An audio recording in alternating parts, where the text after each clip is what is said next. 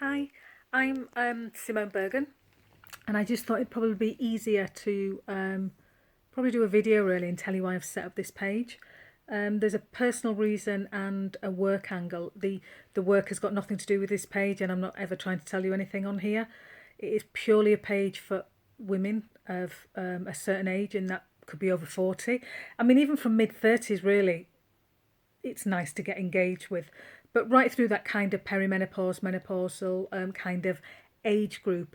And it's so we can share information and talk about what works and what doesn't work. And I can tell you about my journey because my decision I made last April 2016 completely changed my life. I mean, for the better, like hugely changed my life.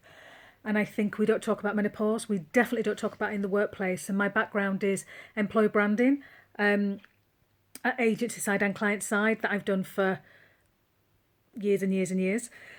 And what I've realized, even though we set up in the workplace for mat leave or mum returners or diversity or the LBGT, anything where we're not set up for anybody with menopause. And if you think of the working age now is 68, so anybody who's 47 years of age will have another 20 years, 21 years in the workplace. Instead of coming to the end of their career, they're kind of halfway through. And from 47, more so about 54 is when they're probably going to suffer more with symptoms. Or as I like to say, embrace some symptoms. So it's not the end of the world or anything. I just think we need to get out there and talk about it, and we don't. We talk about it in that kind of patronising, oh, bless her, she's at that age, or, oh, and you don't have to worry, and we get these symptoms. Do you know what my absolute tagline is, which is somewhere on this Facebook page, is just don't let the menopause dilute your diva. You are absolutely still the same person you were 10 years ago.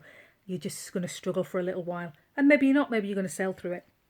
But that is the reason I've set up this page, really. So it's somewhere where we can share information. It's a closed group. We can talk about things. I can help you as much as I can through nutrition. And anybody who doesn't know my background, which probably loads of you don't, is I've always had a passion for food in the kind of pharmacy sense, which is the PHARMACY, not the PH pharmacy. I nursed my child through stage 4 cancer with ultimate nutrition. Of course, he had chemotherapy and radiation. There's a lot of things he had because he had a very, very aggressive cancer, to the fact at one stage I was given 24 hours to make my mind up whether they carried on treatment or we kind of just stopped it completely. So what I've had to do all his life, and he's 18 next week as well, bless him. He 18 years old. He's always had that nutrient dense kind of diet, to the fact he was making his own green smoothies at 9 years of age because it's kind of instilled in him. So I've always had this kind of up and down relationship with food and looking at it. And if anybody's a vegan, I was a raw foodie, which is, if anybody doesn't know what raw food is, it's one higher than vegan. Just when you think it can't get any worse than being a vegan, because I am a meat eater. Apologies. A raw foodie is where you don't cook anything, well, especially over 118 Fahrenheit. But you eat only vegetable, you don't eat dead flesh, which is meat. And I've dipped in and out that for many, many, many years, and understood the kind of quality of nutrition that you get from doing that. However, saying that, I don't do raw anymore. I don't even eat salads anymore. But let me just recap back to last April. I was, probably the start of 2016. I've had night sweats. So I'm 50 years of age. I was 50 at the end of January 2017. And I've had night sweats since, I want to say since late 30s, but let's just say early 40s because I can't remember that far back, to be fair. So let's say early 40s. What's really funny is my mum dropped me a clanger the other day and she said, Simone, my mum's in her 70s. I'm still having hot sweats now, and I nearly fell over and I thought, oh my God, because she started in her early 40s as well. I thought, is that how long it goes on for? So I started with hot night sweats, and they weren't all the time, but they were just randomly just appeared. And I remember, and I'm sure I was in my late 30s, being with a client, with another girl that was with me, and having a hot flash, and where I really didn't know what was happening, but I knew it was kind of a hot flash. And I remember the woman looked at me like, bless, she's at that age, really patronising. That made me incredibly uncomfortable. And that was only one. I've never had a hot flash ever since. I've only had night sweats.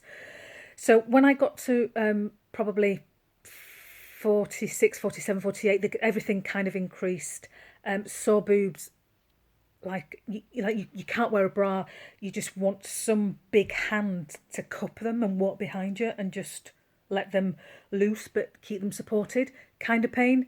The heaviest periods in the world ever, where I couldn't leave the house for the first day or two of a period. Well, maybe you kind of get that little bit of a little bit of blood, don't you, sometimes, or that little bit of yak, and then you start your period, and then I couldn't. I used to use 3 sanitary towels, 1 tampon, and I would still have to change every hour, so I couldn't go anywhere, I couldn't do anything. I was absolutely drained, I was so tired. I was eating just rubbish. I was drinking far too much, which I did enjoy that. Gin, Prosecco, wine. I was drinking anything, and I really got out of the loop of really being healthy. But it was all my symptoms, and it's at the stage back just before April 2016. I couldn't even get out of bed. I thought I had ME, and that's no. I don't want to put down anybody who's got an ME, but I really couldn't get out of bed. I couldn't do anything. And I just thought, God, I'm going to change my life because this is absolutely going to kill me. And I had 2 options. I either went with it, or I pulled back from it. And all I kept thinking to myself is, don't forget who you are, don't forget who you are. Don't forget you are just you Simone Bergen, This is what you do. This is your ability. This is your capability. This is your experience. This is your wisdom. Don't lose who you are. Don't lose who you are. And I could have easily lost who I was as a person, because I am a very strong woman. I'm very confident. I don't have a lot of courage as a person, believe it or not. And confidence and courage is very, very different. But I had to find the courage to think completely differently. Even though I have the confidence to talk a good talk, it takes a lot of courage to change what's going on in your life. And that's what I had to do. So April 2016 I did. And since then I've lost 2 stone in weight. I've researched, I've completely looked at my diet. I've researched every PhD paper out there that has anything to do with menopause. And let me tell you, there's so many contradictions. And you know what? Nobody's wrong and nobody's right. They're absolutely right in what they're delivering in that information. It's what you relate to and what you pick up from and what works for you.